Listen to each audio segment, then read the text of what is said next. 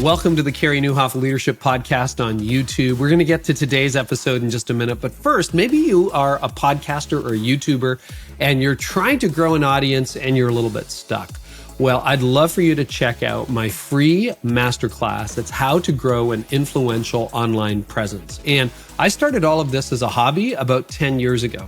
And I'll show you in it exactly the principles you need to grow the audience that you're trying to build. So I started with just a handful of people, and today we reach millions of leaders a year. I'll show you exactly how to do it. And the good news is you don't need a staff and you don't need a big budget. In fact, this masterclass is free. So the way to go to it is to go to influencekickstarter.com or simply click the link. And now to today's episode. Brian, welcome to the podcast. Happy to be here. Thank you for having me. Yeah, well, I love origin stories, and give us a brief summary of how you went from lawyer to serial entrepreneur, and maybe even the crazy that got you into law school. I don't think normal people go to law school, as a fellow law school graduate. Well, on that one, I'll say when you are a psychology major with a sociology minor, you got to do something, and law school was it. Yeah. My history degree wasn't very marketable. I'm so happy with my liberal arts background, especially for what I do now. Psychology and sociology are amazing. I remind my mother of that all the time. But yes, it was either psychology graduate school, which I entertained briefly, and then figured out once I took the LSAT that I was good at that kind of thing, and that's where it all started. But I did well in law school, really well my first year, made law review, all the stuff you're supposed to do. But by the time I got to my third year, I already knew I wasn't going to be happy doing this. And I graduated in 1994. This was the dawn of the commercial internet, literally happened that year with the Netscape browser. And some younger people may find it hard to believe, but I bought my first computer then. I made it through college and law school without a computer because we used to be able to do that. You know what? Law school, it was funny because that was the first time I did my first degree, my 4-year degree on a typewriter. And then I started dating my wife, bought a computer, went to the computer lab, and then eventually I bought a computer, but finished law school digital. So there you go. That dates us. Yeah, so I had been a fan of William Gibson. I'm not sure if you read the cyberpunk stuff. He's the guy who coined the term cyberspace in the 80s. And so I wanted a computer because I could now get online, and that's what I was interested in. So I practiced law in a very nice, big law firm. I can't complain about the terms of my employment, other than I hated it.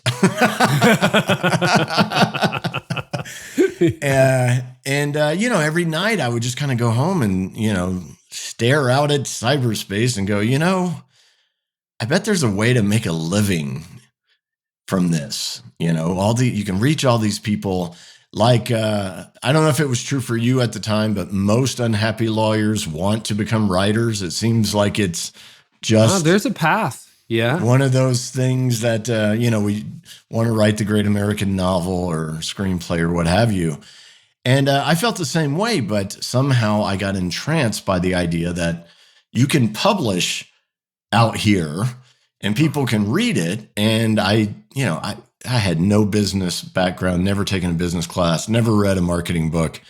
I guess you could say I was naive, but I think it helped to be a bit naive at those times.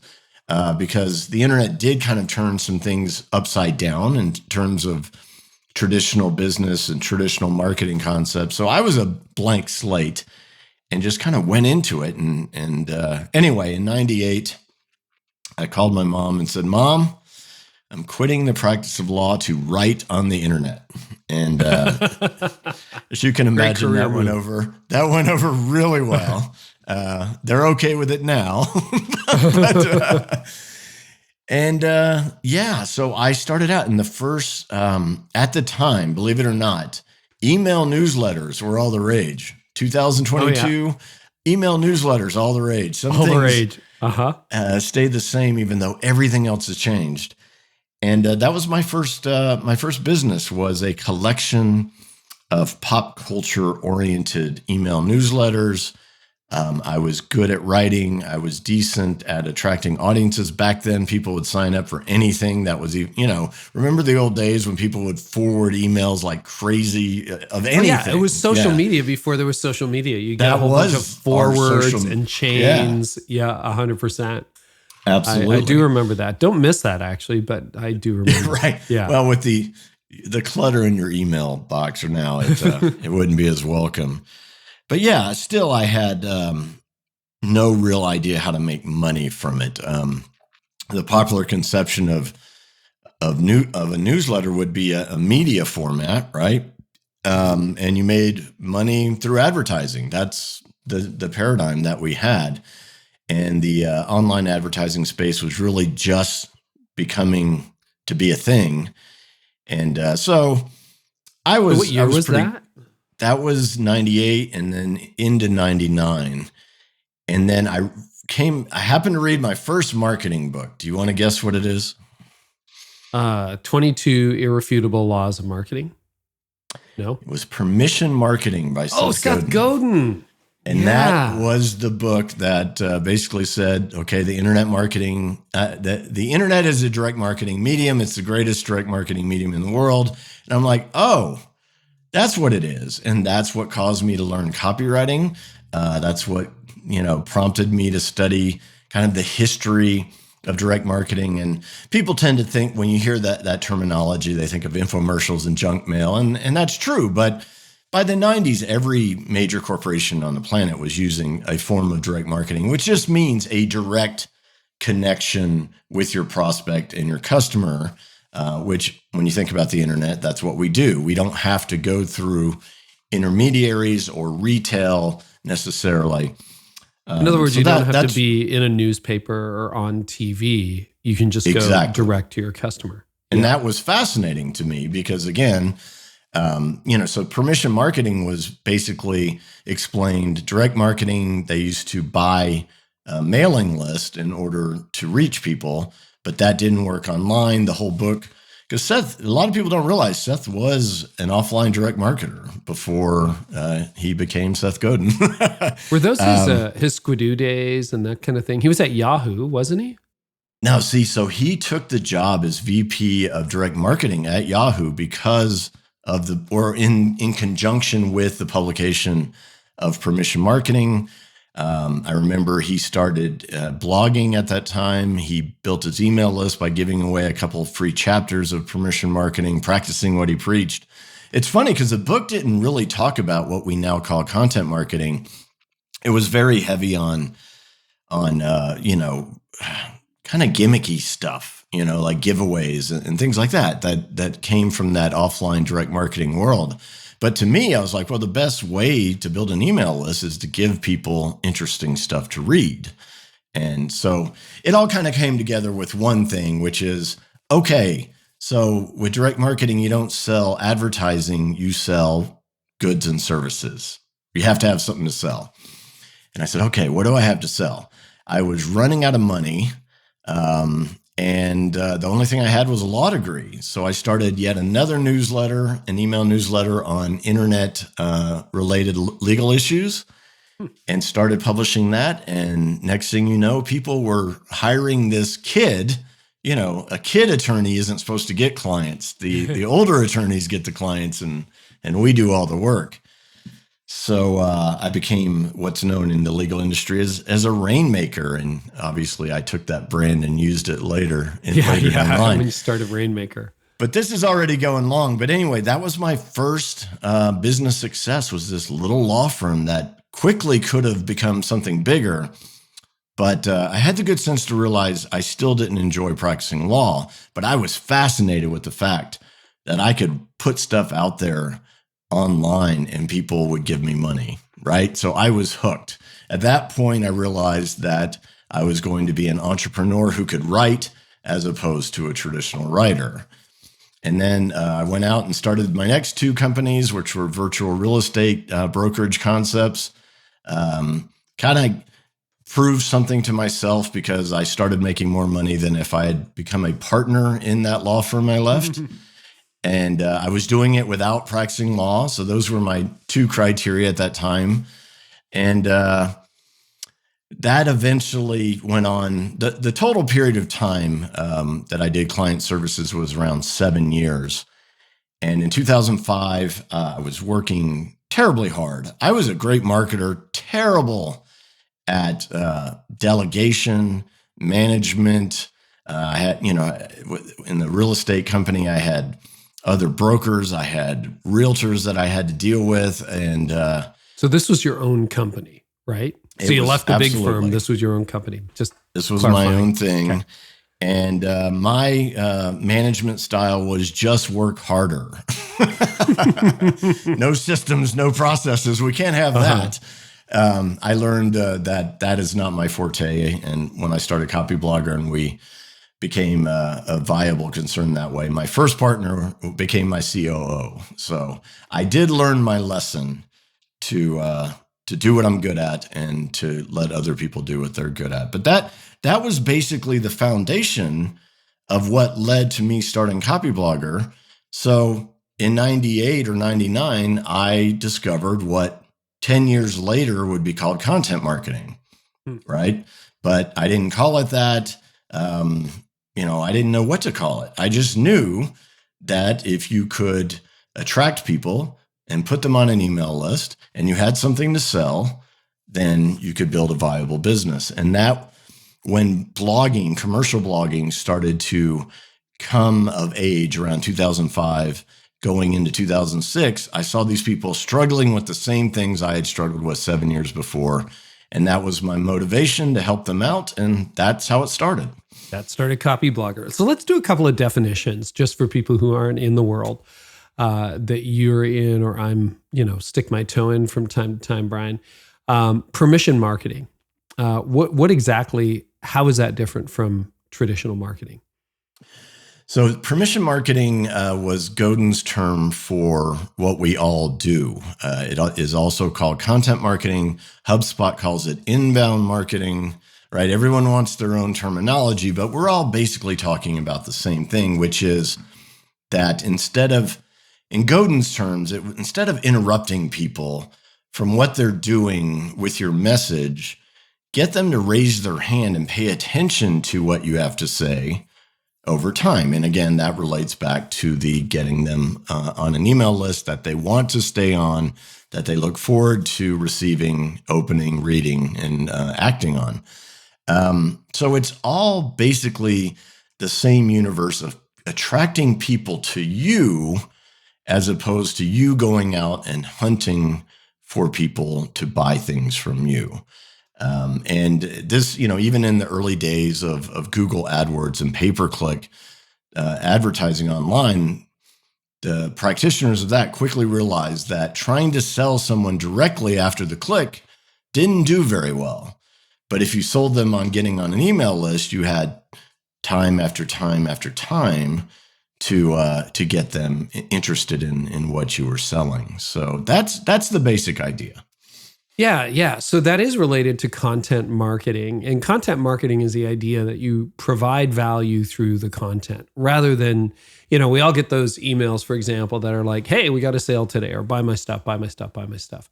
And those have abysmal open rates and terrible click-through rates. But if you actually create content that is helpful to people rather than, are you ready to sell your house? It could be 5 things that improve your curb appeal or whatever. So Can you flesh out, just for people who are trying to follow along, content marketing? Because I've seen it a million times. I just want to make sure it's crystal clear in people's head what we're talking about before we go forward. Well, I think that the concept of content marketing transcends permission or inbound in an important way as a copywriter. And that was one of the premises of Copyblogger in the first place, that you should apply copywriting techniques to your content to make it more engaging, because copywriters have to catch your attention and hold it in order to sell you something. Well, in the battle for attention online, the same could be said for a tutorial article, a how-to, or like you said, 5 tips to improve curb appeal, what have you. Mm-hmm. But the really nice thing about content is it can be incredibly persuasive without people understanding that the sales process has actually started. Like, you're giving them valuable information, but the way you present it, the way you frame it, the way you lead to the next message from you is really, if you're doing it correctly, part of the sales process. But you don't make people, like you mentioned, you're not beating them over the head with buy, buy, buy, buy. They're deciding they want to buy in a very emotional and subconscious way, in a very valuable way, in my opinion. I don't think I could have ever done quote unquote sales without content, because I'm not that guy. Like, you can't get me to go door to door and be Mr. Sales Guy. I don't think I have it in me. But I can, we talked about this when we were in Cabo. When we both write, you can tell we're making a case, and that probably stems back to our legal training a certain degree. But yeah, the idea is that if it's worth writing or producing a piece of content for an audience, you should want them to do something with it, whether it's to take away an idea, to take a certain action, to take the next step in a buying process, or maybe even to buy something. So that is how I think content marketing is different. Now, there's another aspect of content marketing that for a while was incredibly effective and not as much as it used to be, and that's traffic, right? That's the other thing. In fact, I think some people equate content with pleasing Google or, social media traffic. And it can. And for a golden period of time between like 2005 and let's bump it to 2015, but it got rough once social media went mainstream and Zuckerberg pulled his famous bait and switch and made you pay to reach your own audience, right? Yeah, I remember the day. But there was a time where you could publish a great article and it would go viral on social media and bloggers would link to it, and that would boost your search engine optimization and everything. It was just magical. And that was the strategy I used at Copyblogger. Unfortunately, it's not as easy as it used to be to use content for traffic. But what I want to make clear is creating useful content for the right audience can still be that amazingly valuable and persuasive, influential, if you will, catalyst for not only people to follow you, but for people to do business with you. And that's where I really see content marketing at these days. Less traffic, but still essential. Yeah, we're going to break that into, I think, 2 categories, and I think that's a really helpful frame. So for those of you listening going, how does this pertain to me? I think some of you have an audience, whether you have customers, clients, a congregation, that you already have their attention. You can use content marketing to serve them better and to get them to take action on things. Some of you are trying to build an audience, right? You're trying to get one. And you and I, we did hit the jackpot. I mean, you were a few years ahead of me. I launched my blog in 2007. You started Copyblogger in 2005. And really, my blog was at first just to launch Connexus Church. It was a way to communicate with everybody and it was mostly insider focused. But then once the launch period was over, I blogged once in a while because blogging was a thing. But it was 10 years ago in 2012, I really doubled down and was like, okay, I'm going to write like 3 posts a week and I'm going to serve leaders. I needed a hobby. So that was my hobby. And what happened, I realized, we got to know each other over the last couple of months since we met in Cabo. But, as I've told you too many times, the reason I can do what I do today is because of what I learned from you, Brian, and the folks over at Copyblogger. But I realize now in the rearview mirror, I started a very successful content marketing company without any product to sell. So it was a hobby. I had no financial model, and we have figured out the financial model on the backside of that after we built an audience. But let's talk about the golden days of copywriting when you could, like 2005 to 2015, when you could just post something, become an authority, become a thought leader. Like if you search church growth for a period of time, we pretty much owned the first page of Google search results. And we didn't pay a penny for that. It was just, I wrote an awful lot about church growth. If you searched, and it's still true of Copyblogger, you can still find me under church growth stuff. But if you searched copywriting or how to create headlines that work, you're going to find your stuff over at Copyblogger. Explain how that worked and how it's changed for people. Because I think there's a lot of frustrated content creators right now. Yeah, absolutely. And just to put it this way, since content marketing went mainstream, again, the term was coined in 2008 and accepted pretty much by the people doing it. And then let's say 2010, it went more mainstream. And now today, 12 years later, it's just digital marketing. Like we don't even, you really can't do digital marketing effectively without content to some degree. Sure. So let's say that in the last decade, more content has been created online than has existed in the history of the world. That is a true statement. Yeah. And it may be true that more content was created last year than has ever been created in the history of the world, including all the content that came the 10 years before, right? And that may be true. I'll have to check on that. But it's just a massive amount, right? So Google only has so many slots. and if you know, have you ever heard the old joke, what do you call, where's the best place to hide a dead body? I have not heard this joke. On page 2 of the Google search results, because no one goes past page 1. That's a keeper. Right? And so what's also happened at the same time is Google has added more and more ads and more of their own stuff, their own content, their own features. So the organic listings that matter have gotten smaller, while more and more people are out there competing for those spots. It's just more difficult. But I taught SEO. I mean, I learned SEO around 2001 or so for my real estate business, and I did really well with that. And then once we got to Copyblogger, I did all of our optimization. I would write it. I would create special landing pages that were designed to rank for copywriting and email marketing and landing pages and everything I was going after. So I had an entire methodology for it that was kind of cutting edge at the time. But now everyone started doing that. And again, it's just an incredibly competitive thing. But the reason why you'll still see Copyblogger ranking well for those terms that I aimed for 16 years ago is because there are millions of links coming into Copyblogger. Number one, because of the time period of its peak, of its powers. And number two, we had an audience of bloggers. Like if you have an audience of people who don't have websites, they're not going to be people who link to you. And yes, I knew that going in. So, I mean, I did genuinely want to help people, and I think that showed, but I'm a strategic person also by nature when it comes to business. So it's just not the same.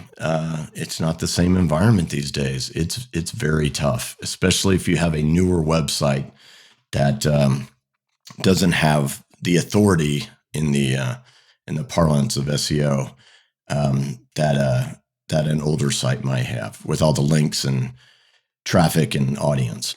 So we'll talk about that soon and how it's changed. So we don't sound like a couple of gold miners got to California in 1849 or anything like that, right? It's like, well, should have started 15 years ago. And that is something I've told. They're like, how did you build such a massive audience and get authority in this, et cetera, et cetera? And I'm like, well, it helps to have started a decade ago and with my podcast in 2014. But there is actual truth to that, right? Like there is truth to that. There is truth to the way we did it. The problem I see is that people are still trying to do it the way we did it. It's still doable. People are still building audiences right now and having immense success, but they're doing things differently, whether they're telling you about it or not. And I think that's my phase of the mission now, is to say, look, I could teach you what I did back then. Part of it, again, the content creation for your audience as a value and persuasion vehicle, that's still valid, right? You just have to find a different way to get traffic, at least when you're starting out. So anyway, we can talk about that later. I think a lot of the principles that you teach in Copyblogger, it's just good copywriting. So if you've got an audience and you want to serve them better, you want to talk to your congregation on a regular basis, you want to reach out to your clients, you want to build a newsletter for your business, I think a lot of those principles still apply. It's just it doesn't draw the eyeballs of new people the way it used to. But Forbes quoted you as saying, I'm going to read this quote at some length. It's Forbes. I take it it's accurate. If not, let me know. They quote you as saying, I didn't really plan out the business, Copyblogger. I built the audience at Copyblogger with the faith and understanding that I would identify problems and desires they have, and then I'd figure out what to make in order to satisfy those problems and desires, end quote. So I want to believe that's still true. Is that still true that you can... that's what the purpose of copywriting is you try to identify what your audience needs and then you go and build it? I don't think it's the purpose of copywriting. It's a purpose of what's called audience first. And when I did that in 2006, that was a very novel thing. I mean, I think if you ask most people how you start a business, it's like you have an idea for a product or a service, and then you make it, and then you find people to buy it. And that is why most businesses fail at an exceedingly high rate, because a lot of times what we think people want to buy has no relationship whatsoever to an actual market.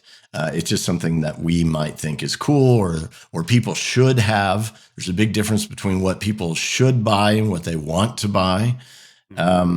So the audience first idea is that you don't think in terms of product ideas initially or some abstract market. You attract a real group of people. You serve them over time, providing them with content or other value. And you pay attention to they're not going to tell you what they want to buy directly. And it's foolish to ask. I always kind of give people a slight elbow to the ribs when they ask, would you buy this? I'm like, you can't trust that. The only thing you can trust is a credit card coming out of the wallet and being entered into your website, right? So when I started Copyblogger in January of 2006, I went 18 months before I had anything to sell. But by the time we launched our first product, which was an online course, I was really quite confident that I knew what the audience was looking for. And we went from 0 to 6 figures in a week. And then I was at 7 figures by the end of that first year. And then we did it again every year pretty much after that until we made it to 8 figures. So it's related. If you're familiar with the lean startup ideas. Mm-hmm.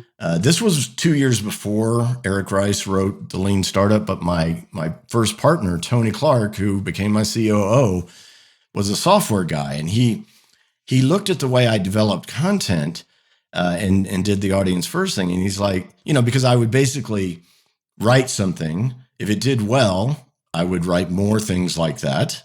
And if it didn't do well, I wouldn't, right? Just common sense to me. Yeah. And he's like, that's lean content development. That's agile content development. All these terms I had never heard of. And I'm like, okay, that makes sense. But it basically means put something out there, see how people react, and then adapt your behavior accordingly. Well, you do the same thing when you are trying to figure out what someone wants to buy. So the whole idea of a minimum viable product, that's lean startup terminology.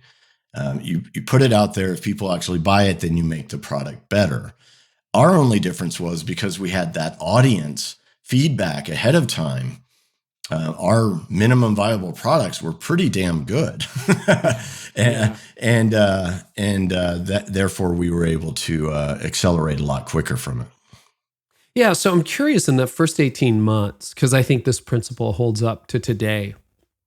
You're right. You don't ask people, what do you want? Because they don't know what they want, right? If it's that Henry Ford quote, if you ask people what they wanted, they would have said a faster horse, not a car. Right. And Steve Jobs said it's not the customer's job to know what they want. It's your job as the entrepreneur, right? But Jobs was very big on what's the pain, what's the desire?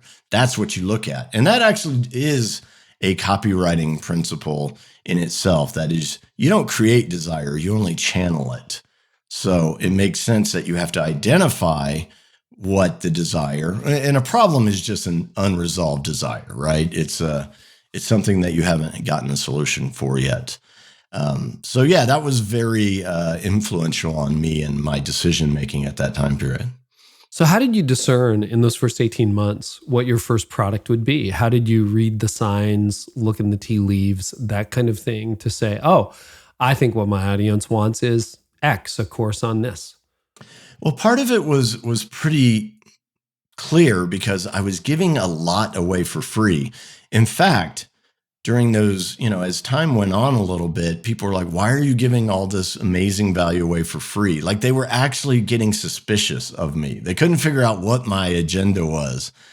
But I was telling people how to write, how to create more compelling content at the time. That also tied into how to get traffic, how to get people on an email list. So I was giving them the audience component, but what they didn't have was the thing to sell. Remember, there's two components there. Really, there's three components. There's audience, offer, and copy. They had audience and they were learning about how to write copy, but they didn't know how to make an offer. Because they didn't have a product. They didn't have anything to sell. So I figured out, okay, the thing that I will sell will be, how to create something to sell. And that's why we focused in on how to create premium content, whether that be a membership site, an online course, information products, books, what have you. And that turned out to be generally exactly on the mark. But it was what I struggled with was what exactly does this look like? What form is it going to take and whatnot? But a really great way to validate what people will buy before you commit to creating a product yourself is to do affiliate marketing, sell other people's products. And when you see something that people actually buy, in this case, I sold someone else's online course because people also find this hard to believe. But in 2007, you had to convince bloggers that people would pay for information. Do you remember that whole information wants to be free? I've had lots of discussions with people who are like, people will not pay for information. I'm like, actually, they will. So say more about that. So I basically had to forecast the entire online education space. And to me, that was just so obvious, right? But you can't do the curse of knowledge thing. Just because it was obvious to me, I just painstakingly made the case in a free report. It was the Teaching Sells report. And it basically made the case, using examples ranging from, the advent of cable TV. I'm like, look, we used to have free TV. Now we pay for TV. Why? Because it's better and, blah, blah, blah. Those kind of analogies to explain. And I don't even know what the online education market is now, but it's ridiculous, and no one, and again, that's why I say people go, come on, Brian, you really had to convince people of this. But sometimes things and you have to convince people to see the world like you see it in order for them to go on the journey with you. And that at that time, that was the task that had to be done. But I knew that my audience would buy online courses because they did to the tune of about $50,000 on this one promotion. That was, the only income I really was making directly from Copyblogger were my test cases. But yeah, so that validated the format, and that's how I decided that that's what I would also offer. And we went from there. The year after that, we got into the WordPress space, which at that time was very fledgling, and everything was free. Open source always goes through this phase where it starts off as free software and then someone will come in and create something value added and charge money for it. Red Hat became huge by selling Linux, which is free open source software, right? Same concept. So I don't want to get ahead of myself, but that's where I went from there. Okay, I want to break that down in two things. Number one, I still, years into the 2020s, have conversations occasionally with people who say, if I give it away for free, no one will buy my product. And it's true. If it's 100% in the free space and what you sell behind the paywall is a carbon copy, that's not going to work. But You can give an awful lot away for free and people will still buy. Explain why that is and how that works. Because most of what I give away is free, right? Yeah, well, that's what content marketing demands. You give away content, and the idea, the way I always thought of it was the content should be good enough that you could sell it in a book or what have you. I've never written an official book, but I've probably written 5 or 10 of them, with all the writing I've done over the years. But okay, so there's different ways to approach it. So I gave one example where I was giving away parts of the puzzle for free at Copyblogger, but without the monetization part, my audience couldn't succeed. So I reserved that part as the thing that I sold. So that's one way to look at it. Another popular conception of it is your content gives them the why, and they pay you for the how, right? So that's just a distinction between the level of instruction that you are providing. So at Copyblogger, we were able to do basically what I called tutorial posts. We were doing how-to content. We just weren't telling you how to do the thing that we ultimately were going to sell in the course. But once I moved into software, software providers and client services people can afford to tell you everything because people will still buy the tool or hire you to do it for them. Because if you're not better at it than they are, then there's a problem here, right? So this is what I call the content marketing wars really started. Depending on your business model, you were incentivized to give away just amazing free content. So once we shifted to software, Copyblogger really ramped up on the amount of content. We went from me writing 2 articles a week to bringing in guest posters, the team growing to include Sonia Simone, who and the other Copyblogger writers. And it became a big deal. But that's also why the platform has thousands of articles on it and millions of links, because we were writing book quality stuff and giving it away for free, but making, $1 million a month selling software. And there are some books like our friend James Clear that can perform like that. But in my experience, it's easier to make a lot of money selling software than I thought the average book would sell, right? Just really quickly, what was the software you first got into?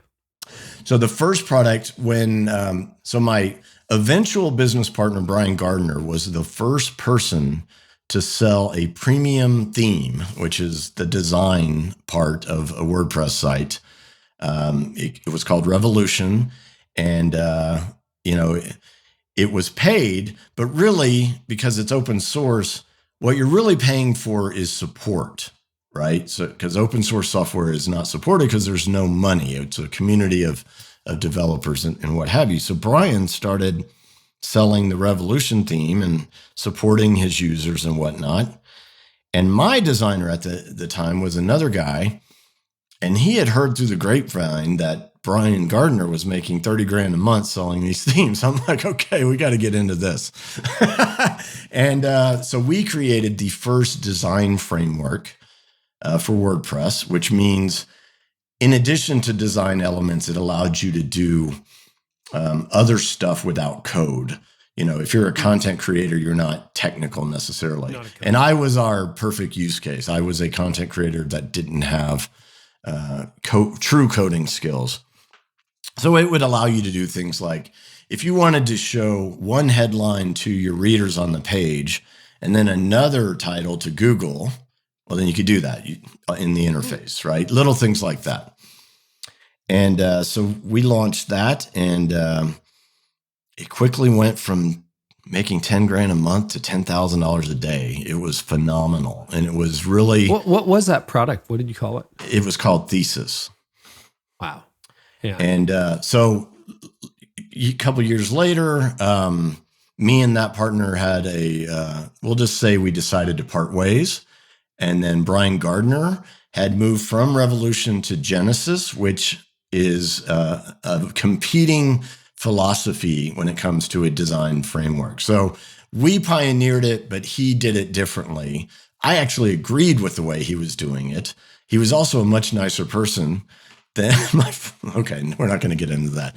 But long story short, Brian and I ended up partnering along with other people that were in the Copyblogger universe. And that's how Copyblogger Media was started in 2010. That's the company that made it to 8 figures in revenue. And Studio Press. And that you eventually sold. Right. And Studio Press was the WordPress division that we sold to WP Engine. Right. Which, it's so fascinating meeting you. You not only taught me how to write, but we built some of our company on a lot of that stuff as well. What are some other principles? So for those who are listening, who are like, I have an email list, some people have a blog, other people are doing social, and a lot of the principles that you teach apply to social too. How to get people to look, how to get people to like, how to get people to take action. What of those principles still hold up today? Like if you were to give a 101 tutorial, it's like this stuff still works. Well, the fundamentals of engaging copy and content don't really change because human nature doesn't change. Technology doesn't change human nature, it amplifies it. What's changed are algorithms and the way, the Google algorithm, for example, on what pages get ranked ahead of others constantly changes. Sometimes Google makes updates that wipes out entire sites' rankings, and other people are able to benefit from that.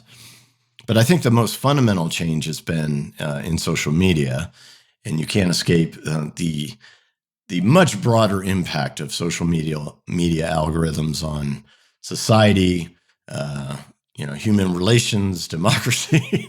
But we won't get into all that. From a marketing standpoint, the algorithms have changed to the point where they discourage, for example, linking out. And yet we use social media as content marketers to drive people from that platform to our site to read our content.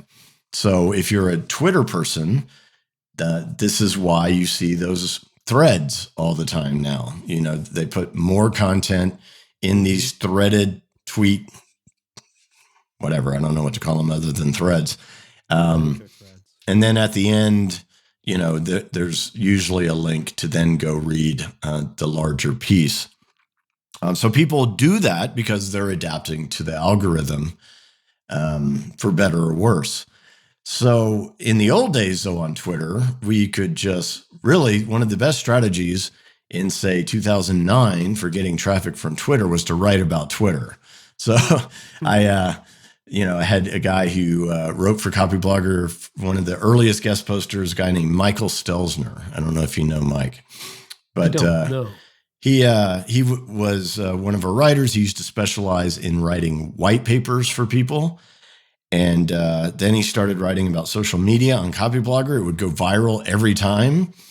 So he started a site called Social Media Explorer and now runs a conference called Social Media Marketing World, which is thousands and thousands. It's a huge multi-million-dollar business. So Copyblogger alumni there, Mike Stelzner. I'm sure someone listening has gone to that conference or visits his site. It's very popular.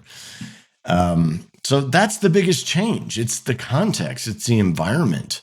So I always try to tell people the fundamentals haven't changed at all because people haven't changed, but the context always changes. And that's why you have to be adaptable and think about, okay, what is the best way to get the traffic that builds the email list. Because once you have the email list, they're yours to lose. That's your asset. Mm-hmm. That's your business asset, right?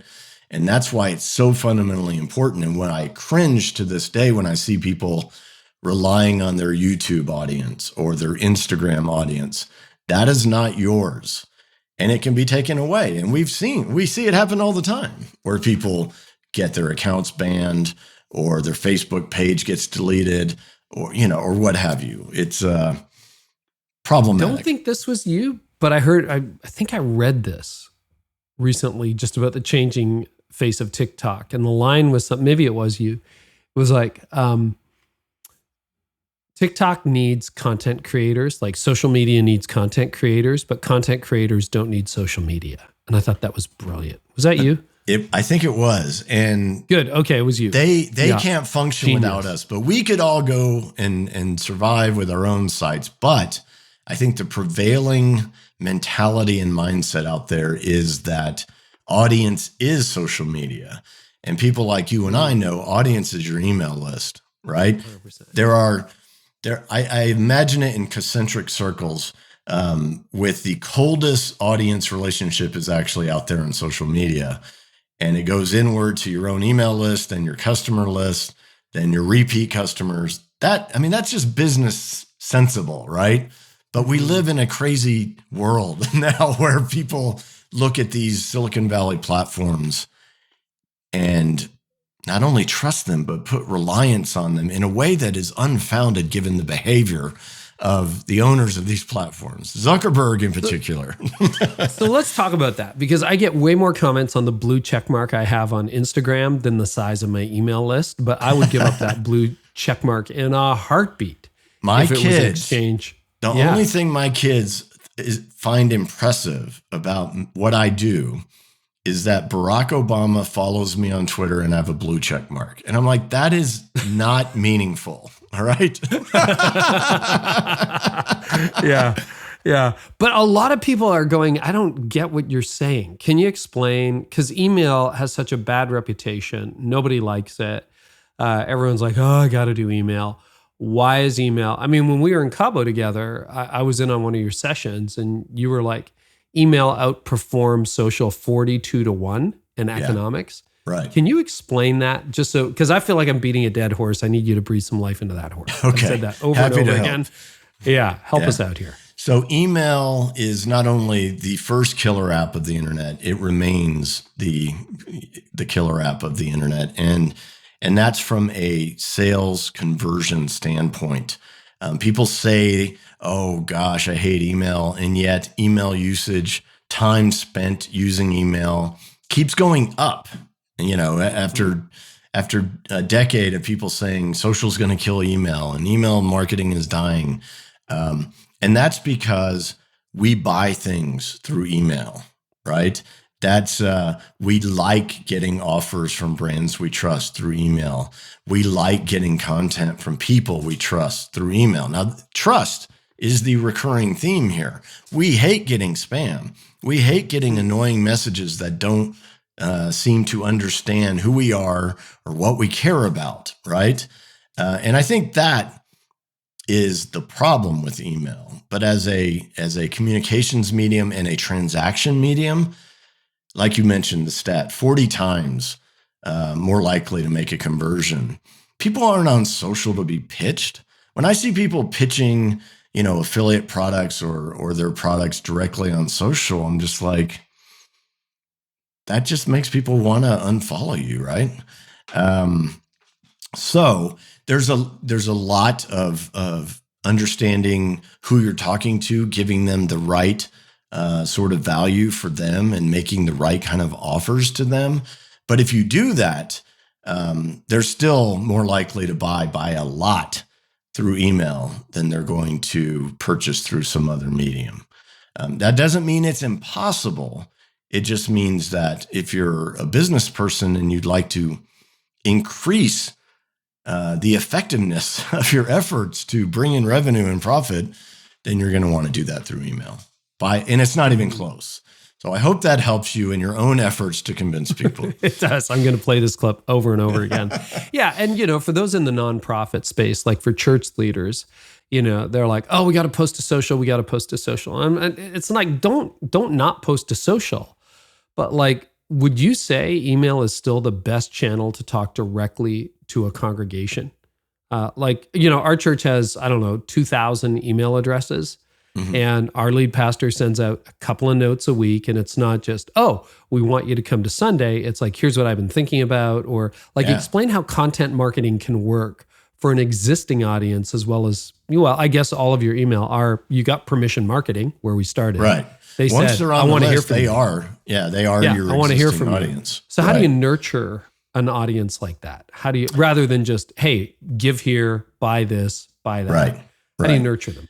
It's and again, that goes back to, content, which is, what is the value that I can provide in between, this sounds a little mercenary, but in between making offers, right? So that if someone's not ready to buy, and nurture is the right word, by the way. I think that's very descriptive, because there are some out there who are much more aggressive that will basically pound you during the first 30 days. And if you don't buy, they don't care about you. But the latest data I saw, that it usually you'll get the largest amount of purchases from a new email subscriber within a 90-day window. And sometimes it can go on for much longer, but it's not just the first 30 days. Now, it is true that you do want to let people know that you are in the business of selling things, or you are a nonprofit or a church, and that you need financial support. And you shouldn't be shy about that. But you do need, with a church, it's you have to get people into the pews. And then you've got the sermon, which is your content. And only then does the collection plate come around, right? Yeah. I mean, so to me, church leaders should understand what we do intimately, because the mission, or the movement, if you will, that a religious organization goes through is much more meaningful. And I try to convince marketers that if you're not providing, I'm not going to say the same exact amount of meaning, but meaningful interactions with people in that lane, in that context that you're serving them and the problems you're solving for them, then why bother? Because you're not inspiring anyone. You're not really stepping up. Yeah, and that's a tremendous challenge, I think, for church leaders, or for anybody who's got a captive audience. Think about a restaurateur who's got clientele. It's very tempting to only email your list with a CTA. We want you to come on Sunday. We've got a special. I need you to donate. Right. We got open tables on Tuesday night. In other words, subtext, fill them up so we sell out, right? It can be very self-oriented. But there's no problem sending an email on a random Tuesday morning, just encouraging somebody, offering them a word, in a restaurant case, giving them a great recipe, and saying, hey, we'll see you soon at blank church or blank restaurant, right? Is that what you mean by nurturing? Well, can you do things like that? Or how would you break that down? Yeah, we encourage people to take it, what I call media, not marketing, which is you're producing a publication that serves your marketing needs and allows you to make CTAs, or calls to action, which means please buy, or please donate, or please take whatever this action is. Please come on Sunday. So if you are a church or a business, instead of random messages with offers and random messages with content, you have a consistent structure, like an email newsletter. And again, 20 years later, email newsletters are all the rage. Some of the biggest content publications in the world are curated email newsletters, right? That we've gotten to the point where there's so much content out there that we can build audiences by just sharing interesting stuff that has been published elsewhere. So that's what I mean. And a lot of people, again, I think they think of email that way, which is, oh, I'll just send a message when I want something, or I'll send a message here with a little tidbit because I want people to stay on my list. But if you make email the thing, that's why I see the resurgence of standalone email newsletters. Not that there still aren't blogs and podcasts and video blogs and all of that stuff, but all of those formats still have to get someone on an email list if they're going to truly maximize their business. So why not make email the thing? Which is why, my site Further, it's an email newsletter. That's it. Now, is it more than that? Of course it is. But that's the value proposition. I'm not pitching you on anything else other than this is for people who are at midlife, who are interested in being healthier, who are interested in improving their financial situation, who are interested in personal development and maybe self-actualization, This is the kind of stuff. And people are into that. And then that is our audience vehicle that allows us to sell our membership community and sponsorships to other people and whatever we come up with next, if that makes sense. You and I talked quite a bit when we were together about content creation versus curation. And when I talk to leaders, some of them are like, oh man, I'm writing the sermon every weekend. Or, in the case of a business person, it's like, I'm not a writer. And that's where curation, we're going to get into a curated newsletter where, as you and I record this, we are designing it as we speak and developing it as we speak. It'll launch in 2023. I'm pretty excited about that. And Brad Lomenick, I don't know if you know Brad, he's been a long proponent of curation. But talk about why curation is so powerful, and then how pretty much anyone with half a brain can do a decent job of curation, even if you're not a great writer. Well, there's a lot of reasons here. The first one I already touched on, which is we've gotten to a point when I started Copyblogger, bloggers were kind of self-absorbed, right? They're talking about what they had for lunch, whatever random opinion popped in their head. That was what blogging was. And then I come along and I'm like, no, it's not. And I'm writing, 1,000-word educational articles, again, book quality, effectively book quality chapters, and giving them away twice a week for free. And that was the right move because at the time, the quality and quantity of content was not there. Now, fast forward, whatever it's been, 16, 17 years, and we're drowning in content. So the curator, and this trend really started maybe 5-7 years ago, the curator has become an authority unto themselves. Like, I have good taste, I have good judgment, I have your best interest at heart. And just finding the signal in the noise, right? So now it's not that there's too much content. There's actually too much good content. Forget all the stuff that's terrible. There's just too much actual quality stuff out there. And that makes the curator kind of an indispensable role. But that does not mean that it's just a collection of links or some dry regurgitation of other people's stuff. It's a chance for you to take on the role, like a curator. The term comes from the museum industry. I'm sure you know this, where they would put together different pieces to create exhibits for a particular type of person or a particular type of audience. And that's effectively how it's translated to online content.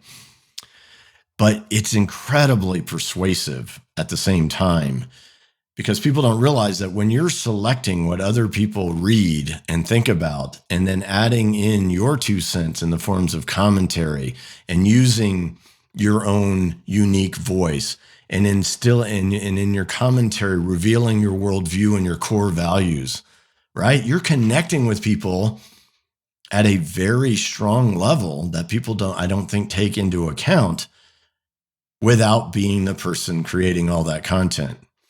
Which brings me to my final point, at least that I will mention in this answer, which is incredible amount of useful data comes from being able to see what people click on in an email, right? And you either can write 10 articles a week or 10 pieces of content, or you can curate them. You get the data regardless without the work. You still get to interject your personality, your voice, your values, but you're figuring out, back to our earlier conversation, what do they want to buy? What are their pain points? What are they interested in? What's keeping them up at night, right? That's the kind of data you can get from this. And sometimes it surprises you. Sometimes it validates your hypothesis. Sometimes you're completely wrong. But wouldn't you rather know than not? Brian, that's so good. And, I think you're right about curation, because we talked about this, you look at this podcast, it's basically curation. Yeah, I've always argued that interview podcast or curation, you're choosing your guest, you're pulling from their expertise, you throw in your perspective and commentary through your questions and your follow-ups. But yeah, it's a form of curation in itself. You're right about, learning from the data. You might be really, really interested in stamp collecting, and you link to all kinds of stamp collecting articles for a period in your curated newsletter, and you realize not even your mom clicks on that link, right? But everybody, I'm passionate about church growth, but I can tell you, no posts I've written, I'm 1,500 posts in, I don't know, over the last decade, a lot. Church growth. So I know it's a pain point. I just know that. Mm-hmm. And when we get into this curated newsletter in 2023, I'm going to be super excited, not in a creepy way, to see where people click, but I'm going to get reams of information from content I didn't write. It's like, oh, this is close to the heart of my audience, and I can serve them better if I talk more about this, if I send them more of this, if I can do that. So I think that's great. It's not like you can just put a garbage list together, but you're reading anyway, theoretically, you're watching things right. Anyway. And in many ways, I think I've used this analogy, so feel free to tell me if it's a bad analogy, but I kind of miss again, I don't want to sound like the guys in the 1849 gold rush in California, but I kind of miss, when I was in college, I had about 400 vinyls, which made me cool then and cool again now. Everything old is new again. But it was great because I didn't have if you didn't have a song, you didn't have the song, period. There was no unlimited playlist, but I would sit down there and say, I'm kind of in a down mood. I'd really like to listen to this, or man, I'm feeling really happy today. This would be great music to play. Throw on a vinyl and away you go. And then Spotify comes along. It sounds amazing. You can get any song in the world, but now I get paralyzed by choice. I almost feel, and actually I've started subscribing to other people's playlists. I'm like, I need someone who knows more about music to tell me what kind of music I need to listen to. Right. That's the power of curation, right? It's a good DJ. It's a good playlist maker who goes, you ever heard of this band? You'll like this band. Is that kind of it? You become a tastemaker. You become a guide through the maze. I think so. But it's also augmenting your own expertise. It's not necessarily that you're curating things that are completely out of your wheelhouse. Say, for example, you find an article on a certain topic. You could have written it. You just didn't and didn't have to. And you share it, but because you think, this is an important topic here. It's only, this article gives the why about this.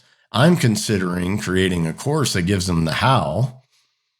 And then when you find articles like that and you include them in your newsletter, and everyone always gives extra attention to that, you've just validated a product idea, right?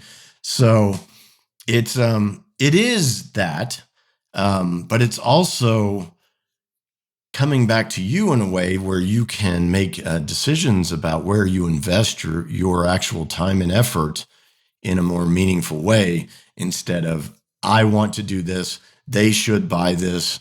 Again, that mentality, we know best. Actually, the audience knows best. You don't have to pander to them because they don't understand necessarily the expression of how you can help them with this. or even how they need help, that's your job.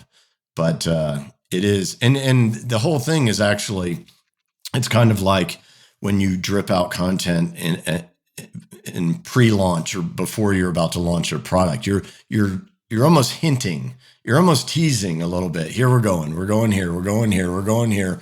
Curation allows you to do that with other people's content. Then when you've decided on a course that you're committed to, that's when you take over. And then all of a sudden, what they've been warmed up for the main guy, in this case, Carey. I see so many applications for this. I mean, even for church leaders, it's an opportunity to test out different subjects. It seems to me to be a perfect thing for a pastor to share news with reflection and perhaps meaningful articles that aren't necessarily from a competing church, but they either reinforce or they present an opportunity to lay the groundwork, for example, for an upcoming sermon, where again, at that point, you're then taking over as the quote unquote authority on this and also delivering it in the right engaging format for, I guess it's kind of the coup de grace at that point. They've been warmed up to the issues, and now you're giving them the full course. I think we have to talk about headlines too. People talk to me all the time about the headlines I use, and a lot of what I learned about headlines, I learned from you, Brian, and from Copyblogger. What is the key, even today, to a great headline? Because is it still true that 80% of people read the headline and then they decide if they're going to read the article? So that could be the subject line in your email. That could be the titling to your next sermon series. That can be your caption on social. What is in the power of a headline, and how do you write a good one? Yeah, it's probably worse than that old 80-20 rule, which was basically 80% of people will look at the headline, but only 20% of the people are actually going to read beyond that. So to increase your odds, you write a better headline. But now with the level of information overload and the competing information sources with social and search and our inbox and what have you, it's rough out there. So it's important to pay attention to. So, and I'll tell you something that's more important than a headline after in a bit, but it really depends. Like, you'll see people, for the longest time, I would write email subject lines that were effectively the same as my blog post or article headlines. And those are supposed to be useful, ultra specific, right? You want to give, you've got to have a curiosity element. You've heard that numbers, in headlines that lead to what we call the dreaded list posts. But a lot of list posts are fantastic. And the headlines actually are great because eight ways to make to improve the curb appeal of your house. I think that's what the example you gave me earlier. If you're in the market to sell your house, you're going to want to do that. And the specificity, and you know what it's about. Yeah, and the specificity of gives you an idea of the amount of value that you're going to get out of it. So these are, David Letterman used to have stupid pet tricks. A lot of copywriting is stupid human tricks. We have shortcuts, right? Called heuristics, how we make decisions, right? That's why we look to others, which is called social proof. We look to people with expertise or authority is the influence term for that. We have all these shortcuts that we take. But our biggest shortcut we take these days is, do people like me pay attention to this, which is the unity principle, and in its worst cases, tribalism, as unfortunately we see quite a bit of. Okay, so there are the general copywriting rules about, very specific, enticing,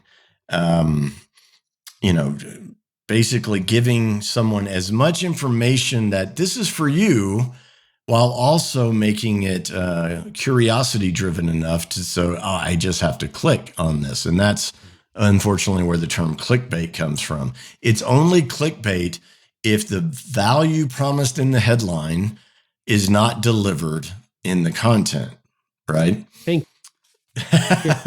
I've been accused of clickbait headlines, and I'm like, I don't know. I think it's high value. It's 1,500 words. They're just really misusing it. They think any compelling headline is automatically clickbait. You think you've got it bad. I literally got blamed for BuzzFeed. Back before BuzzFeed existed, Copyblogger was teaching people how to write these headlines, and then BuzzFeed comes along and mastered it, right? And I'm just like, hey, you can't blame me. Their headlines me. Are killer, man. They get me. They get me sometimes, and often the calories don't justify the headline. A good headline is not clickbait. A good headline paired with shoddy content, or you've got to. Yeah. Not only deliver on the promise of the headline, but I'd say over-deliver. That's a safe way to avoid that. But, some people will say what they're going to say because they have a misunderstanding. Generally, they're not sophisticated in business. I can tell you, anyone who is well-versed in digital business these days writes good headlines, or they have people on their team who do it for them. Mm-hmm. Can you give us a couple of examples other than the listicle? I just wrote one today. What did I call it? 3 trends that are changing Sunday morning for preachers and communicators. That's a B-level headline list thing, but it tells you what it's about, gives you a number. Is it true that the psychology of numbers is numbers make it really specific, and it sort of triggers that idea? Well, I think I know what he's talking about, but I better make sure I have all 3. Or how does like the list work? And then what are some other formulas? Well, the numbers work because of specificity, but so do other numbers, like how I increased my church attendance by 33% with this one weird trick, which you've seen the weird trick. I'm not encouraging you to use the weird trick thing. That's kind of a joke between Carey and I. This one weird trick. But a lot of the great headline structures, date back to the years of David Ogilvy and even direct mail and stuff like that. One of the classics that sold just a ridiculous amount of piano instruction home study courses. It was, they all laughed when I sat down at the piano, ... but then I began to play. And if you're interested, how is it's storytelling. It's the promise of not only a story, but something that can, satisfies an aspirational need within the reader to I wish that could be me. Right. So that's one element there. But you mentioned earlier, I think I know what they're talking about, but I got to click to see. Of course. Yeah. Right. And sometimes you're disappointed that you were right, and sometimes you're happy you were wrong. It just it really sometimes depends. They didn't deliver. Exactly. Then it's clickbait. But yeah, there was one I heard you casually throw out. Have you already screwed up your blog? I'm like, oh, that's a great headline. Yeah. That's really fascinating. But it could be, have you already screwed up your life? Right? It could be you could go in so many, because people ask that question. You're sitting there, you're reading people's mail, and they get that. Any other points on headlines you want to touch before we move on? I would just say that there's a lot of different structures to headlines, but numbers, you'll see a lot of. How to is a winner as long as what follows how to is on target for the audience you're trying to talk to. Read any good copywriting book. I don't care if you're a business executive or a pastor, or you never intend to write a word of content or copy. You're going to let someone else do it. Studying copywriting makes you a more persuasive person in general. It also makes you a better business person, whether your business is a nonprofit, for-profit, what have you, because it's really about human psychology and motivation as expressed in the context of attention and action, right? We need to get people's attention so they'll pay attention to us, consume our message, and do what we want them to do at the end of it. And why did they do that? Because we convince them it is of benefit to them. It's about them, not us. Best business lesson, best person lesson you can learn is expressed through copywriting, which is weird because a lot of people think sales is sleazy or just untoward. But in reality, sales is just an expression of persuasion. And dating back to Aristotle, persuasion is about the benefit to the listener that is congruent with the desires of the speaker. Yeah. So, man, we could get into podcasting, video, et cetera, et cetera. But the principles are the same, right? It was a lot easier to start a podcast a decade ago than it is now. Not impossible. Stuff goes to number one that's brand new all the time. People blow up on TikTok every day. It is still possible to get noticed on Instagram, et cetera. But I get this question from a lot of young leaders. They're like, I want to build a platform. I just don't know where to start. I mean, I'm on all the channels. I'm not getting any momentum. What is your advice for people who would say, I want to build an audience, and we're starting today. We're not starting in 2006 and 2012. We're starting today. What's your advice for people starting today who are like, great, I didn't start 15 years ago, but I want to build a platform. Right. What do they do? So it's interesting. There's the content creators created all this content, both again as a persuasion and value vehicle and as a traffic and audience building vehicle. And that's a lot harder than it used to be. During that same period, there was a different camp of people, which I'll call the internet marketers, and they had a more direct lineage to the offline direct marketers. That's where they learned how to write headlines and copy and all of that, because they were performing return on investment advertising. So your copy, your headline, it had to work. We're not dealing with free traffic here. You're paying money to advertise, to attract a prospect, to hopefully attract a customer, which you generally have to sell something else to in order to make a profit, because you basically broke even on the advertising spend, right? Those two worlds have kind of merged together now in the digital marketing space, but more and more of the creators are advertising to attract audiences. And some of them don't have products yet, so they're not doing return on investment advertising. They're just coming out of pocket. But the benefits of having an audience are so, I mean, the magnitude is so, it's life-changing, right? I mean, no investment, no real estate, no stock, nothing I've done, no angel investment has given me any kind of return as building that audience in 2006, right? So there are people who are willing to come out of pocket to build an audience. I still would advise anyone who wants to build a platform to find a way to get your money back as soon as possible and not go into debt. So ironically, the people with the most leverage these days, like young people starting out, and I don't know if you ever had a freelance or client services phase after you didn't practice law, but I did for 7 years. And I did early return on investment advertising until my SEO efforts kicked in to get the business started. So I would basically, with the real estate business, would spend $1,000 and I'd get $10,000 in commissions back. Like you would do that. If I could scale me, I could do that all day long, right? Yeah. Now, I'm not saying those numbers hold up today. The one thing the internet marketing crowd found is that Facebook ads don't work like they used to. Google is outrageously expensive now.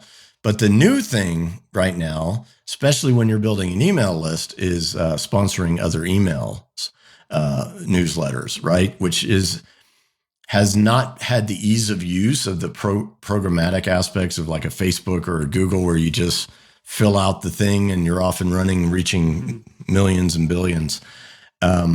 But that's changing. And it makes sense because if you want to get someone on an email list, it helps from an ROI standpoint to target people who are email people and they're on other email lists, subscribe to things like that.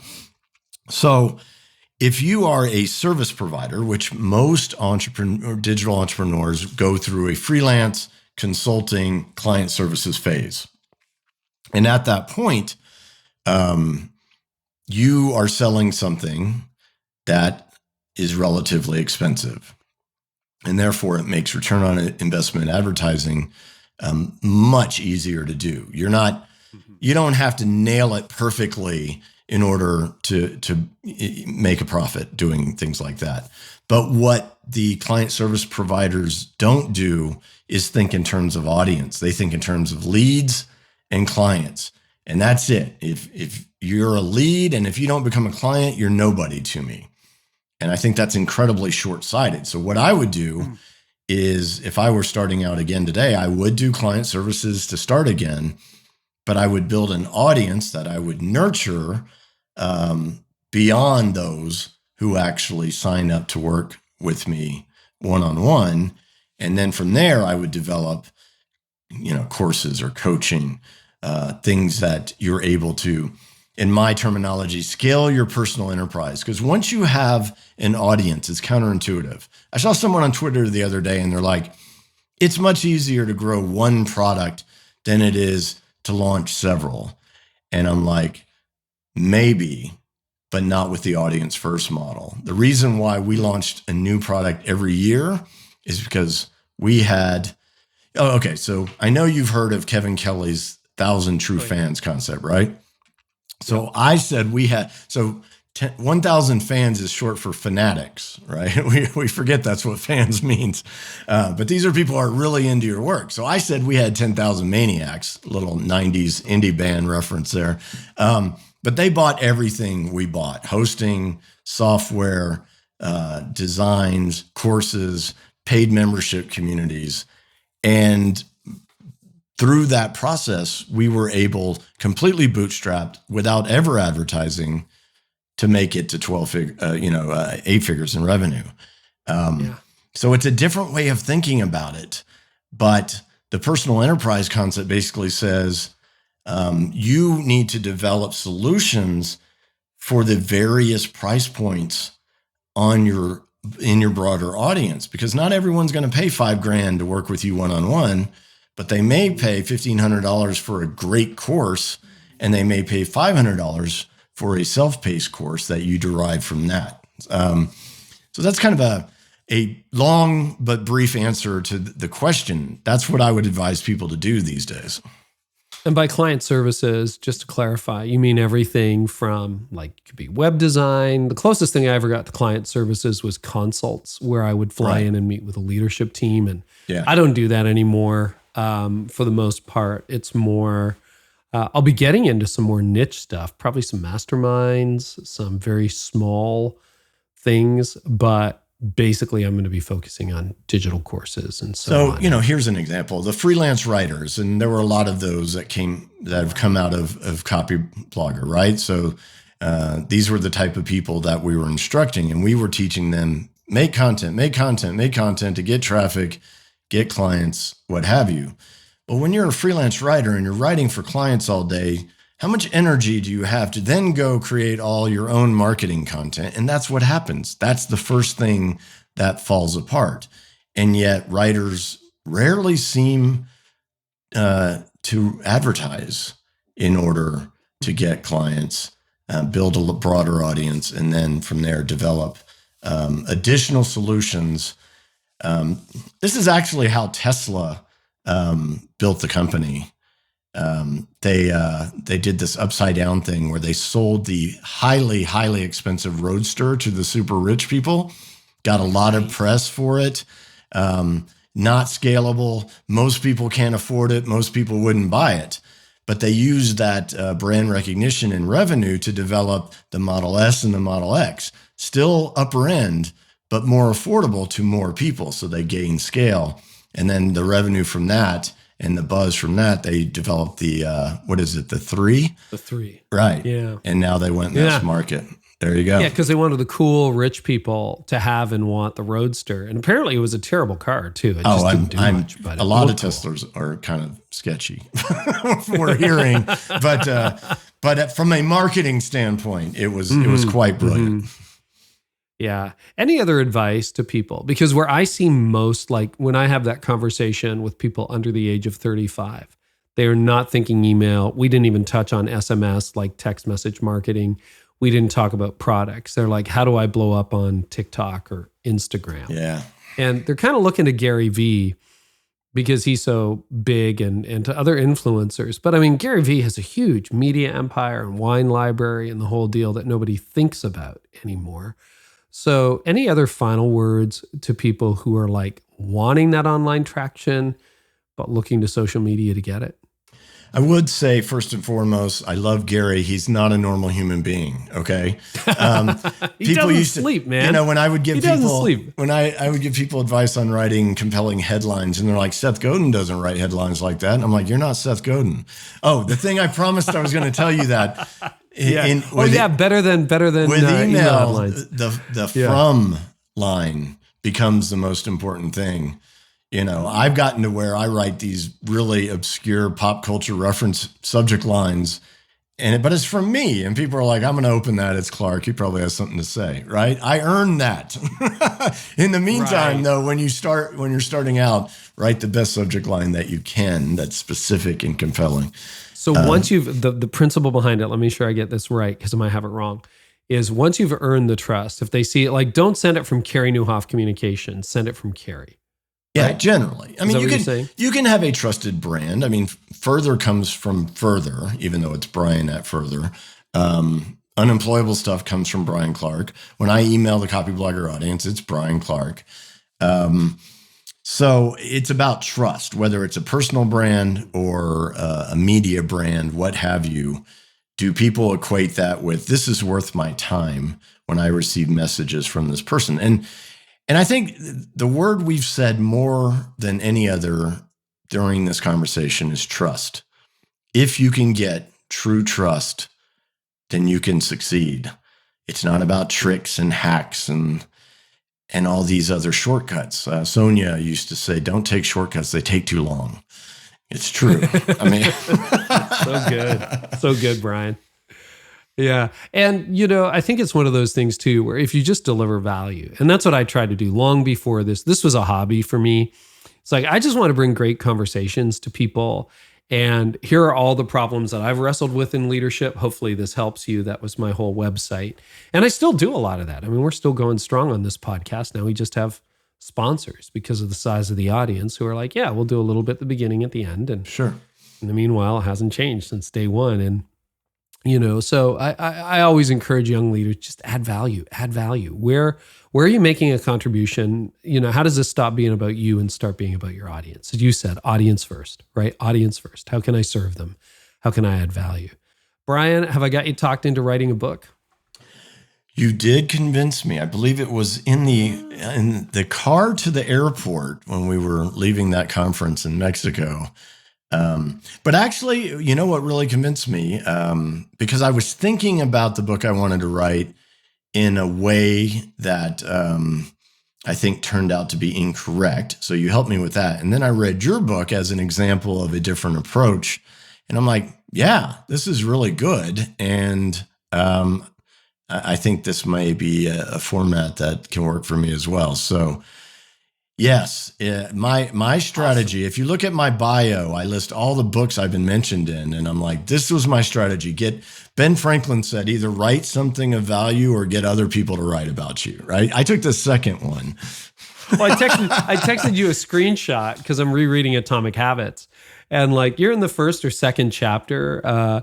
And I'm like, dude, you are in other people's books, and you really are. But I'm excited to see that. And we'll have you back on when that book comes out. So that'll be great. All right. That's motivation right there. Huge. Hey, and just a huge debt of thanks from everybody who has ever loved a podcast or an article I've written. I'll get emotional. I mean, it was such a thrill to meet you, to say thank you. I didn't know that our paths would ever cross, but it's nice that we got the spark of an initial friendship as well. But Brian, thanks for everything you've done for me personally, for the people we get to serve through what we do now. You've made just a huge difference in my life and in everyone who's listening life indirectly, whether they knew it or not. Just thank you. Thank you. Well, you're welcome. And as I've said many times, I'm pretty sure it's mostly you, but I'm just glad I was involved somewhere. You totally were. Okay. So people are going to want to connect with you. I want them to check out Further, Unemployable, Copyblogger. Where's the easiest place to find all things Brian Clark these days? Well, I guess, I used to say Twitter, but who knows with what's going on over there. I know. You know what? I decided I'm going back in on Twitter personally, and then everyone's bailing. I'm like, okay, I don't know. Well, we'll see what happens. It's got to shake out. But it really depends on who you are. So if you are a person, say in your 40s, 50s, early 60s, you're going to want to check out Further, because I'm very proud of the work we do over there that serves that audience. And it's basically about, there's a good chance we're probably going to keep going a little longer than people used to go with advances in longevity. What does that mean for meaning and purpose and work? How are we going to pay if we live longer than we generally do? So those are some of the issues, but basically it's just about living the best life you can and becoming the person you want to be at this different stage of life. So that's further.net. Unemployable is basically for solo business people, a lot of freelancers, coaches, consultants, and content creators. Follow us over there for that personal enterprise approach I mentioned. And then Copyblogger is all about creating content that serves as a marketing function and builds your business, as it has helped a lot of people, including you, over the years. So I'm still very proud of that. Well, so am I. Really glad that you did it. And Brian, thanks so much for being with us today. It won't be the last time. My pleasure. Thank you so much.